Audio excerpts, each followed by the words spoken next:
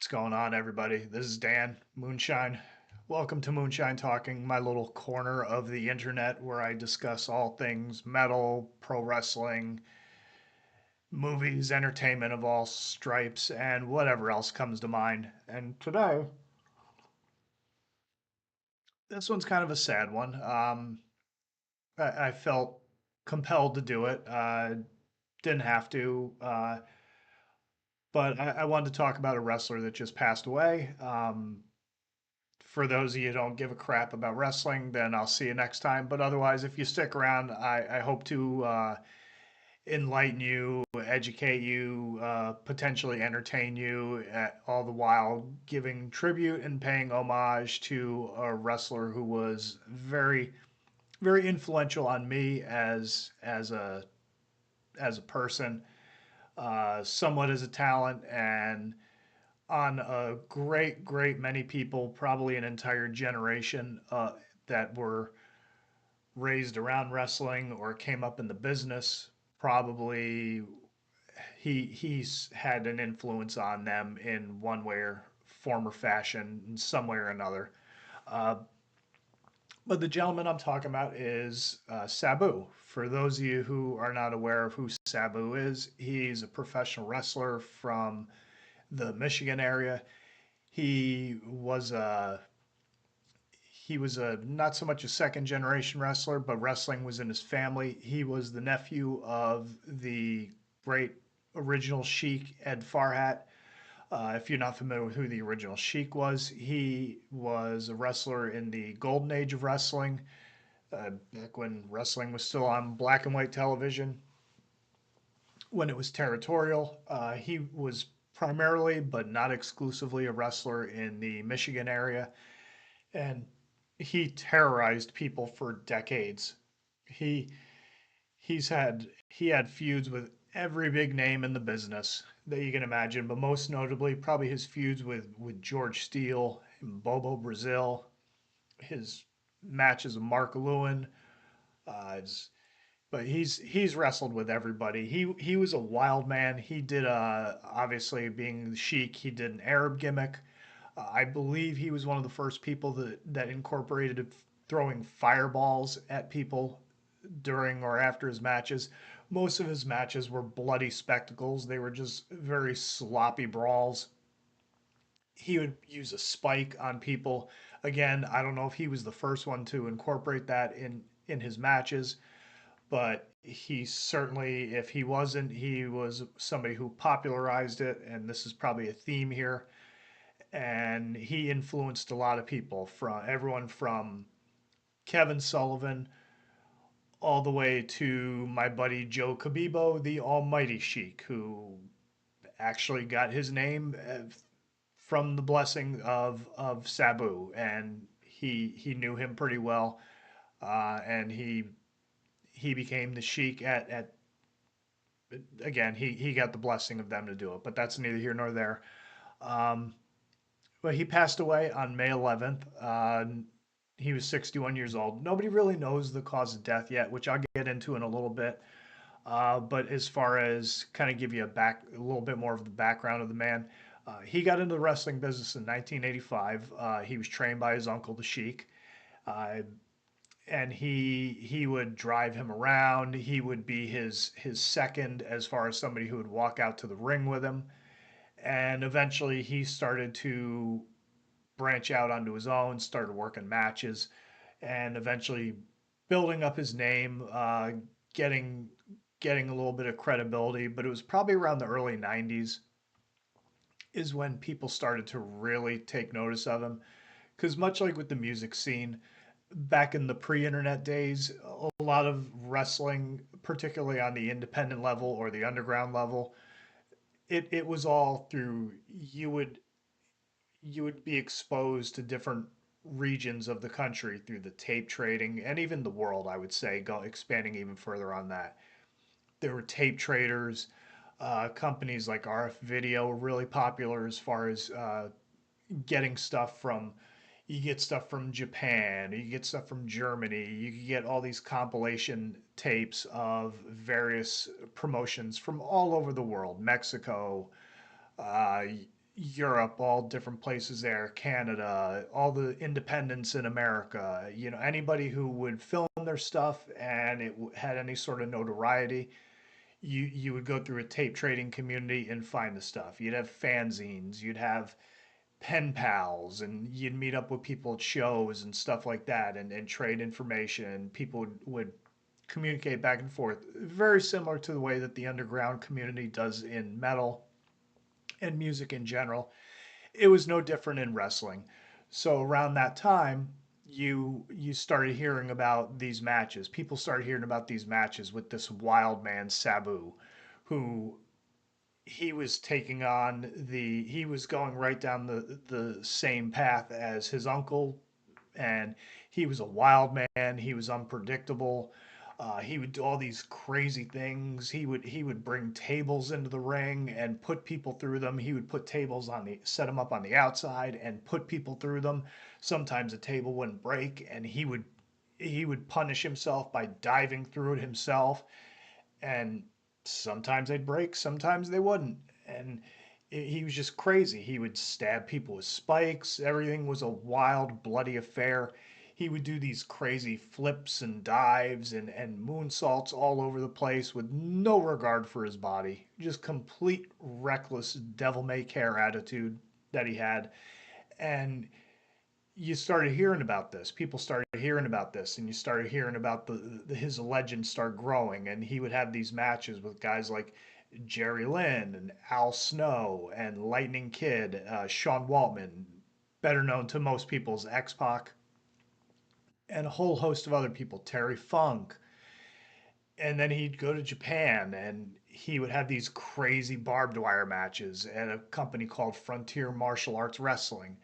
He'd wrap himself in barbed wire and dive at people and just do anything that he could think of to take out his opponents. He was involved in a match where I think it was the first barbed wire on it was a flaming barbed wire match, and it was a complete disaster. His uncle was in it. His uncle got severely burned during the match because they set up towels soaked in kerosene all over the barbed wire that had replaced the ropes, and they set the whole thing ablaze. And this thing, within a matter of minutes, if even that, just it went up.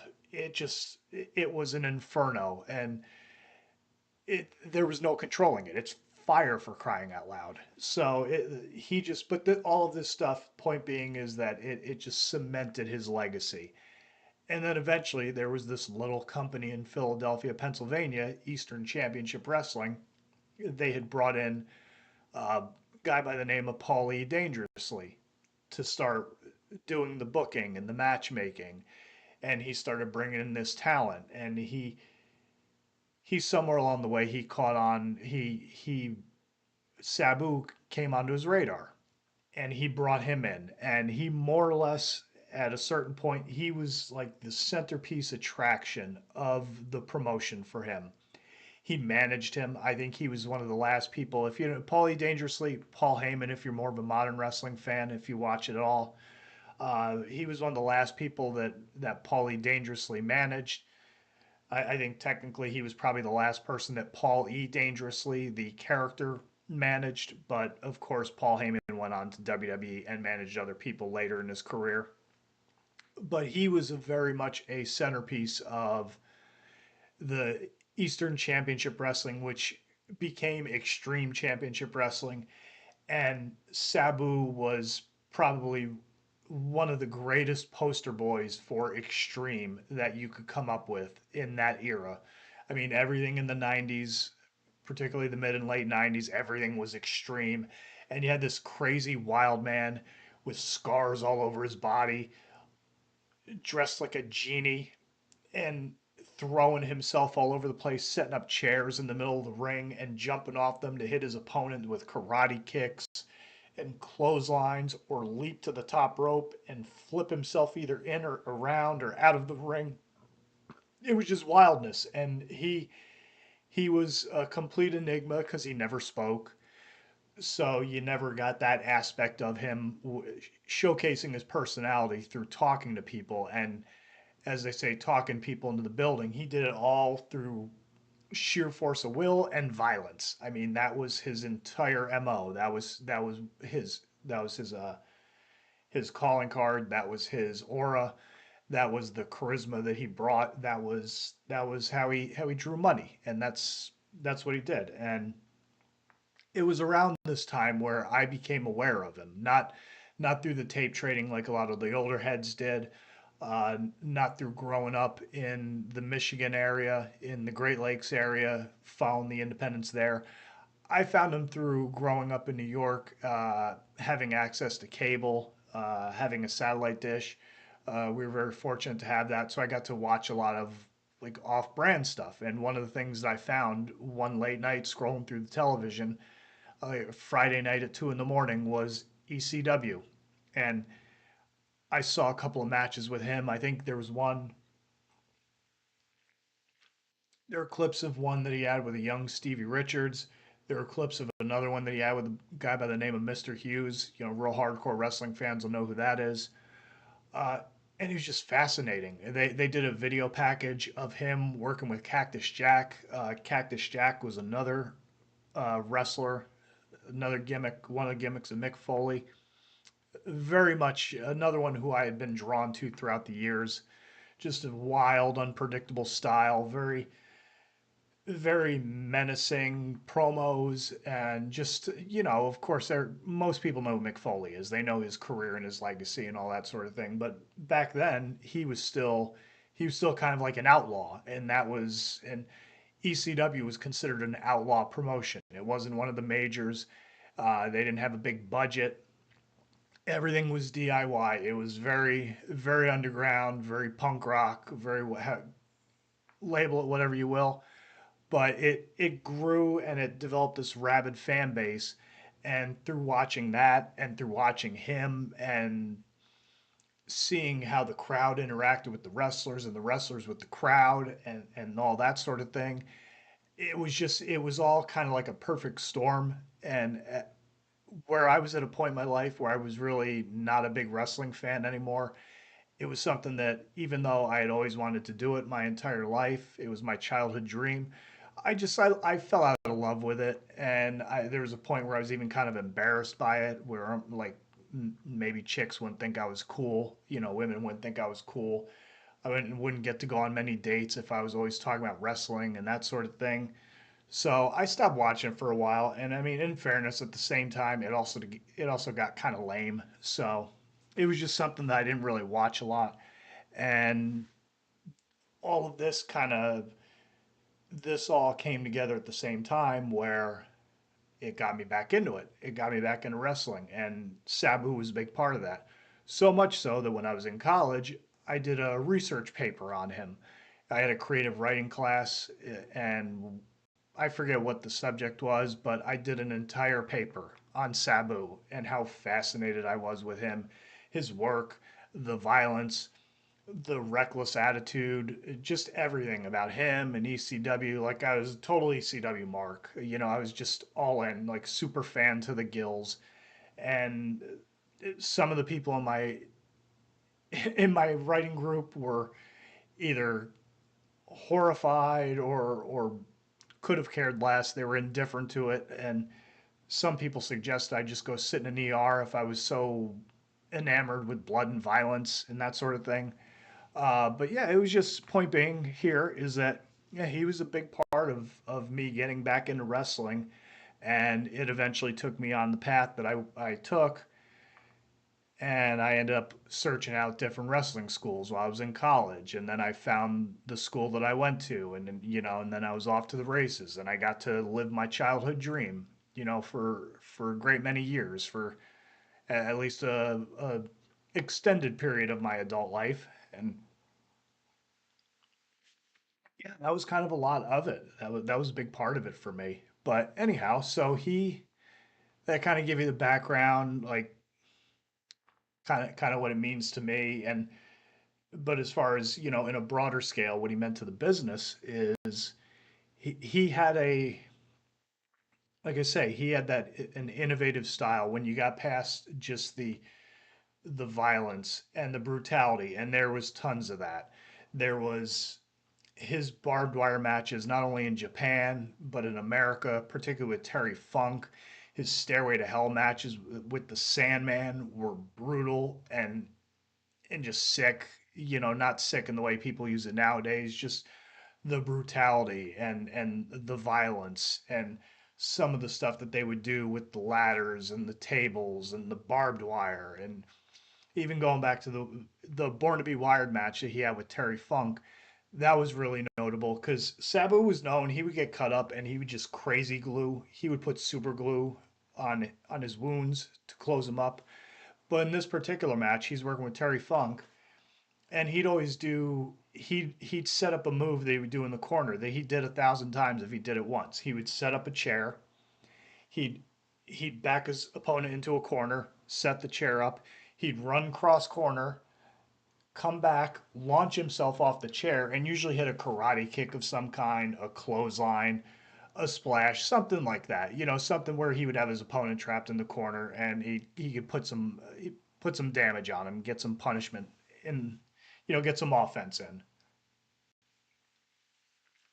So in this particular match, the ropes have all been replaced with barbed wire, and he goes to do the spot in the corner, and he catches his arm on the barbed wire and shreds his arm up like you wouldn't believe. And this crazy bastard just starts taking athletic tape and taping it up. And while they're doing a spot in the ring, Terry Funk's got him. He's getting ready to give him a hangman's neck breaker against the back of a chair of all things. And he's just steady taping up his arm. It was ridiculous. It was just insane. And he would do stuff like that all the time. And it's just legendary stuff.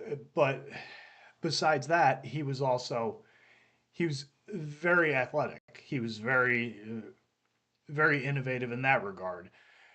Like a lot of the stuff that he did, even without using a chair with it, he would do somersault flips from the outside in and hit a leg drop. He would do these what he called a triple jump moonsault, where he would hit one side of the ropes, go towards the other side, climb up a chair, vault up to the top rope, do a backflip moonsault onto his opponent.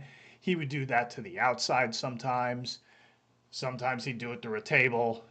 Sometimes he would hit the opponent. Sometimes he wouldn't. Sometimes he would slip. And I know there's Rob Van Dam, who was one of his great friends, who I'd be remiss not mentioning yet. He was one of his greatest friends and longest running opponents. They tagged together. They trained together. They both trained with the Sheik. Knew each other for many decades. Were best friends. Um, you know, they just they did a lot of crazy stuff too, you know. But Van Dam, the point I kind of lost track for a second, but he would say that sometimes he would botch stuff for real, you know, on purpose, just to get people to think that he was that much more crazy. And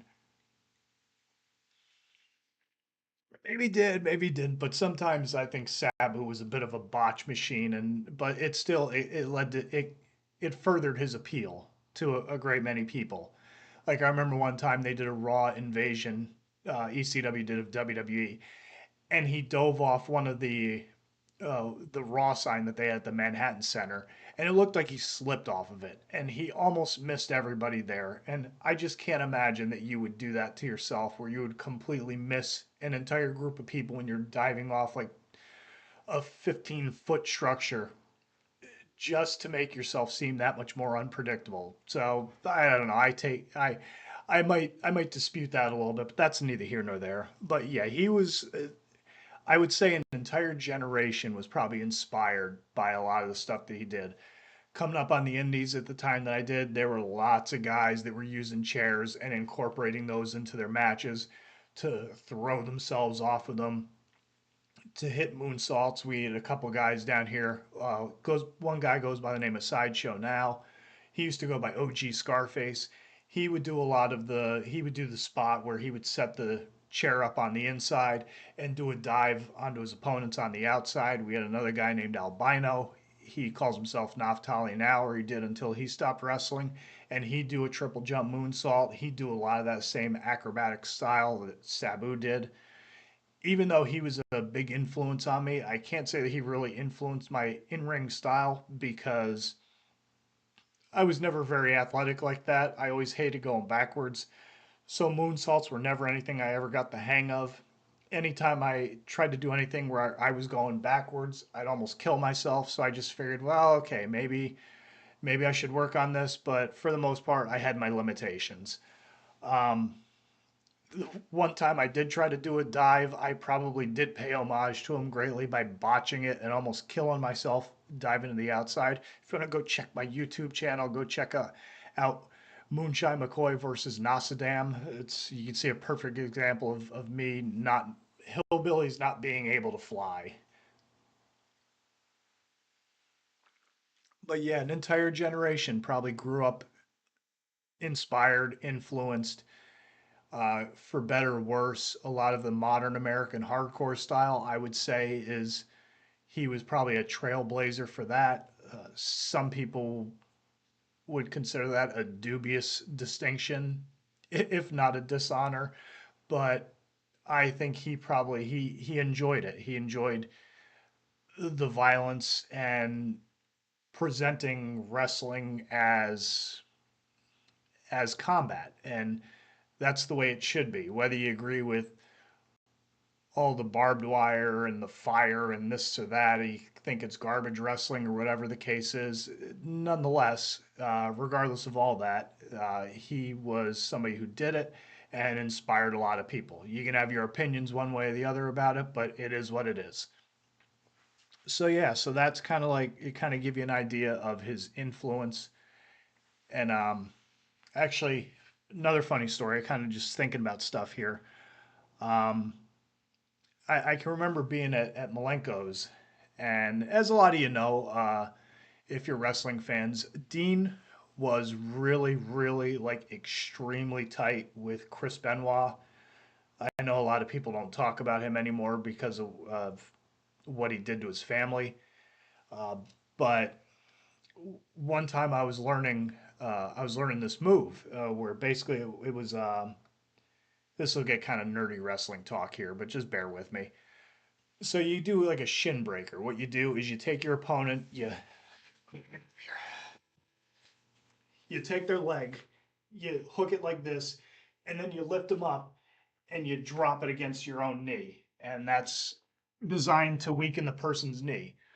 So what you can do after that, a good spot to do after that, is you do that same maneuver, but you take your opponent and as you bring him up to drop him back down against the knee, he does what's called a sunset flip, a roll up. He just flips into the air, rolls behind you, does a forward roll, and sets you up in a pinning predicament. So it's a nice little what we call a hope spot, a little bit of a comeback spot you could do. I mean, you could do something like that, and maybe you get like one, two, the guy kicks out. Maybe you both roll away from each other. He's like, this mother, and he comes at you like a clothesline or something, you duck it, hit him with something else, and that could lead into a comeback. Or you could, do just all sorts of stuff like that. Like I said, nerdy wrestling talk here. If you, hopefully your eyes aren't glazing over and you haven't turned away from watching this. I know we're going a little long here, but yeah. So I mean, he would Dean showed me that, and once upon a time, Sabu had a horrific injury in the ring where he broke his neck working with Benoit. And I honestly, I looking back on it, I think that was a spot that they were trying to do. And we were doing it at the school one day, and Dean did that with me, and I don't think he realized that we had done it before. So I just went ahead and went into the spot, and I think he freaked out for a brief second because I think he thought he was going to have another Sabu moment. And it was like, no, no. And he was like, who? How did you know how to do that? And I said, well, you taught me how to do that. So, but anyhow, that's kind of like a sidebar, if you will. But yeah, he was. So that was to get back on track here. That was kind of his influence on me personally, the business in general. He had a brief run in WCW. He had a really killer match in on a Halloween Havoc pay per view with Jerry Lynn. Jerry Lynn was masked up as Mr. JL doing like this whole Power Ranger gimmick. And they were at Cobo Hall in Detroit. And it was a whole big thing. They were going to have a tug of war with two monster trucks with Hogan and the Giant. And they did this whole thing where Giant fell off of the top of the building, but he didn't actually fall off the building.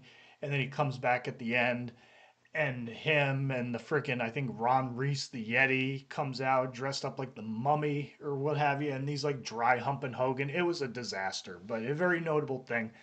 But on that pay per view, they had Sabu working with JL. The original Sheik came out with Sabu, and they were doing a spot where Sabu had he gets in the ring. He's working with JL. Uh, Sheik is old, so he's taking his time getting to the ring to get to his spot. And they got to a point where JL's on the outside, Sabu's on the outside on the ring apron, and he does a moonsault backwards onto the floor onto JL, and he takes out not only JL but his uncle and breaks Sheik's leg, and he had to stand there the entire time with a broken leg because he's a tough old bastard. And then at the end of the match, Sabu gets the win, and Sheik threw a fireball at him, and WCW's crack camera crew barely got it on film. So yeah, it's good stuff. But it was a good match. And then they had another one after that. Um, there's a channel WWE Vault where WWE shows a lot of rare and hidden gems in wrestling. And they pulled out a match of him and Scott Taylor, Scotty Too Hottie. It was one of his tryout matches for WWF, and that came from my old stomping grounds in Poughkeepsie, New York, Mid Hudson Civic Center. I wasn't there for it. It would have been cool if we had a little bit more money, a little bit more disposable income. I could have gone to something like that, but it is what it is. Um, I did get to see Sabu live. He ECW came to our neck of the woods, and I got to see them in Middletown, New York. It's called at the Orange County Fairgrounds Arena, and they used to hold shows there, and it was a real treat. And what was funny about it were two things. One, they announced him from Bombay, India, and a couple of Rock Fantasy guys were there at the show. And one guy looks over at the other and goes, "Yeah, more like Bombay, New Jersey." And I just kind of laughed, and it always stuck with me. But realistically, it would have been Bombay, Michigan. But that's neither here nor there. Still a very funny line. But I get home, show's over. I probably got home and burned one or whatever the case was. And my sister gets home, and she was out that night. And she sees me, she gets talking to me, and she's telling me, "Hey, we ran into a couple of those wrestler guys." I said, "What?" She goes, "Yeah, we went to a Denny's, and we ran into a couple wrestler guys. Didn't you went to that show tonight, right?" And I said, "Yeah, yeah." And I said, "So who'd you see?" And she goes, "I don't know, some Jean Claude Van Damme and some guy in genie pants." So that's where I got the genie pants thing from. So I was all stoked that she met Rob Van Dam and Sabu, and she could not have cared less. But it is what it is. She knew I was huge into wrestling, and that's always kind of like a fun little story from that. But yeah, I think I got to see him at least once, maybe twice. I can't really recall if I saw him any more times than that. I never got to go to the ECW arena. Never worked on a show with him. So it's just a lot of my recollections and tribute is coming at it from a fan's perspective. But yeah, he had a match for a company called Game Changer Wrestling, which is run by Joey Janela and Brett Lauderdale. These are guys I don't know personally. When I was in the business, they weren't around. By the time I got out of the business, they still weren't in the business. And it was a few years after that they finally started kind of like building up their reps and their reputation and the notoriety with the company that they have. So they had a match. It was a barbed wire match, and it was horrendous. And at one point in the match, Janela flings Sabu into the barbed wire, and instead of the barbed wire catching him, he eats shit on the outside, cracks his skull on the concrete, and you just see the puddle of blood forming behind his head. And it was brutal. And fortunately, Sandman was there, and it took him a year and a day to get to the ring, but that was enough time for Sandman doing his entrance. It was enough time for him to recover, finish the match. The match was terrible, it was hard to watch. It was a rough watch. It was hard to see him go out like that, but he went out on a shield. He went out like he wanted to, as far as that goes. But depending on who you ask, he that wasn't going to be his last match. He just that was one of it was going to be like somewhat of a retirement tour, I guess you could say. And I say that because Rob Van Dam, probably a, a week after his death, he probably started to dispel a lot of rumors that were coming out. Because after he dies, Janelle had given an interview and they started talking about kratom use to get him to the ring because he wasn't feeling good the whole day. He was in a lot of pain. And then there was this whole debate amongst wrestling podcasters about kratom and the use of it. I don't know much about kratom. I know it smells like shit. I know it. The few people I've seen use it, they all seem like mental patients. But beyond that, I don't know much about it. Rob Van Dam swears that both he and Sabu took it every day, and it would not have contributed to anything related to him dying or any poor performance or anything like what was coming out and being speculated about as far as that went. Van Dam went as far as to take, I think, like a 500 times the recommended dosage of kratom that one should be taking during his podcast that he did, paying tribute to Sabu and talking about him. He also dispelled the fact because everyone kept saying he was 60 years old. And Van Dam said, no, he was 61. He made it to 61. So he died at 61 years old. He also, the rumor came out that there was another podcaster had a guy on there who said that he died of a heart attack.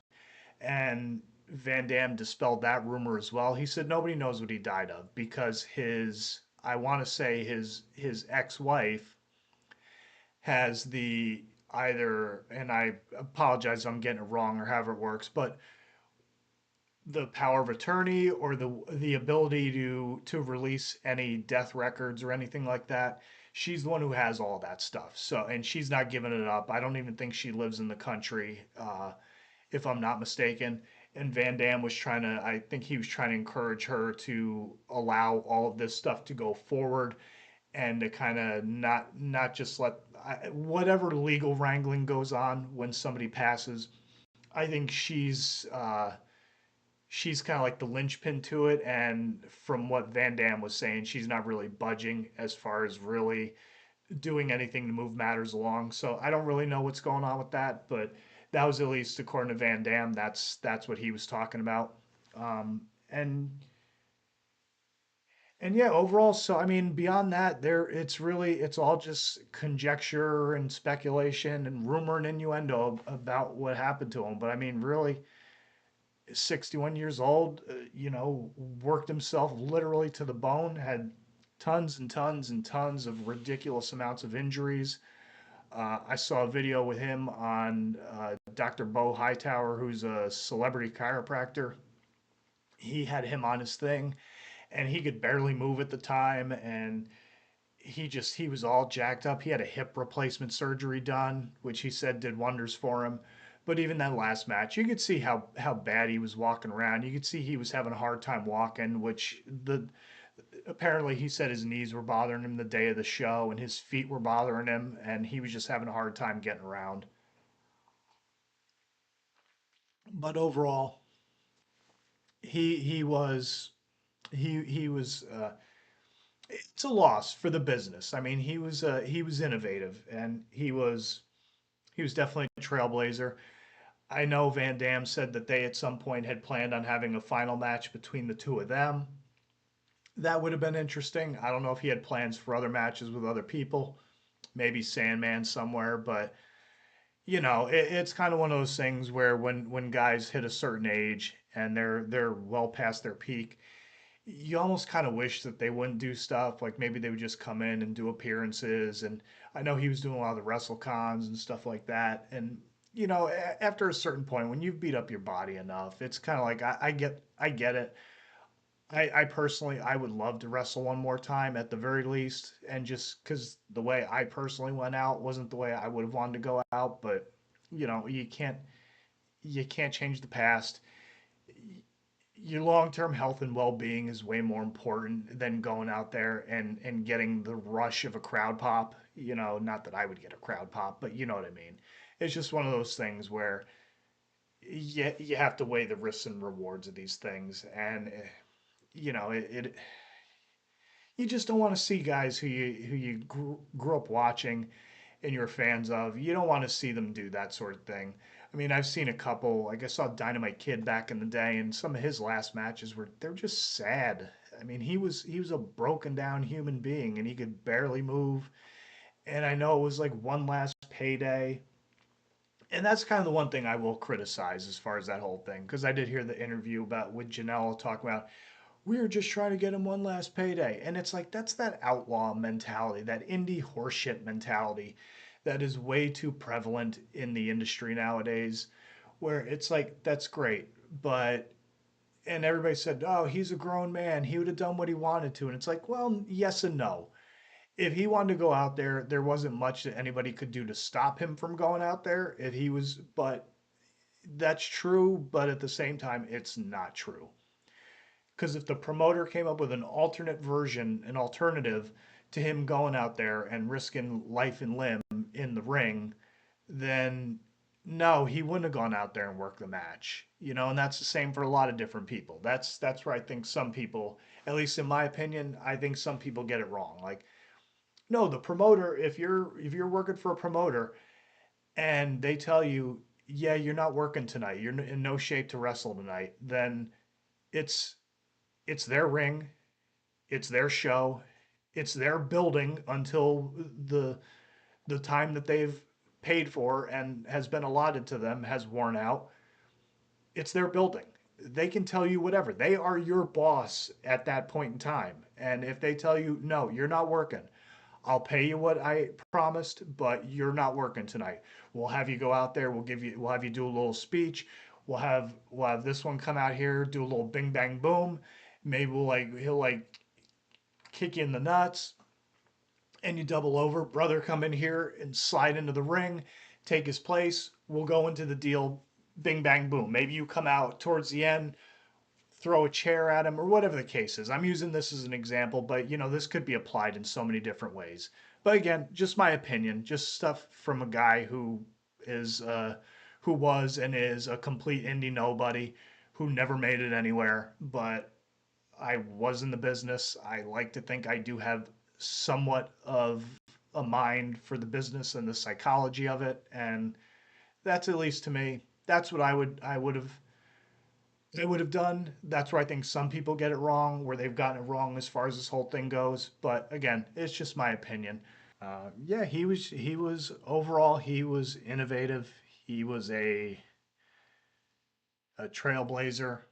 Um, very much a part of reigniting my passion for wrestling, which eventually led to me getting in the business. And yeah, he was just overall, I don't know what else to say. I would, it'd have been nice to have met him and chat with him a few times here or there, but from everything I've ever heard about that anyone's ever said, nobody that I know personally has ever had a cross word to say about him. So I mean, that's one good thing. I'm sure, like anybody, everybody's got something bad to say about everybody. So you take that for what it's worth. But anyhow, uh, we'll end it like this. Everybody, raise your glasses.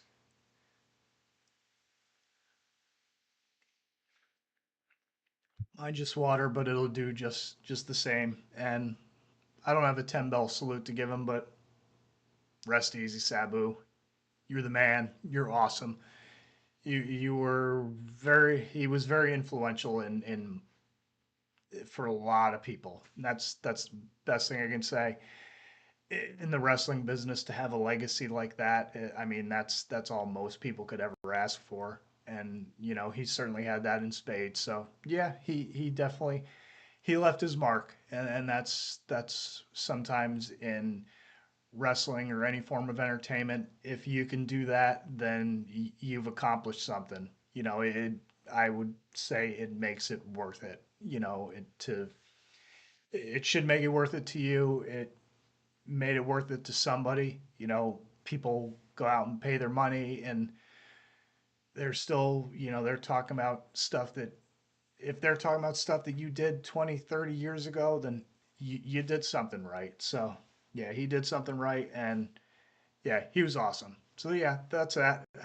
And as always, you got to do at least one of these, give him his proper respect and due. But yeah, man, that was Sabu. I appreciate everybody. I know this is kind of a long one, just me babbling about wrestling, which I can do quite a bit. Um, I hope you enjoyed it. I hope somebody stuck around for this entire thing and even just fast forwarded through it. And hopefully you learned something, were amused, entertained about me babbling about a pro wrestler who I grew up watching. All right, man. So that's that. I hope you enjoyed it. Everybody, have a good one. Take it easy. And I will catch you on the next one. Later.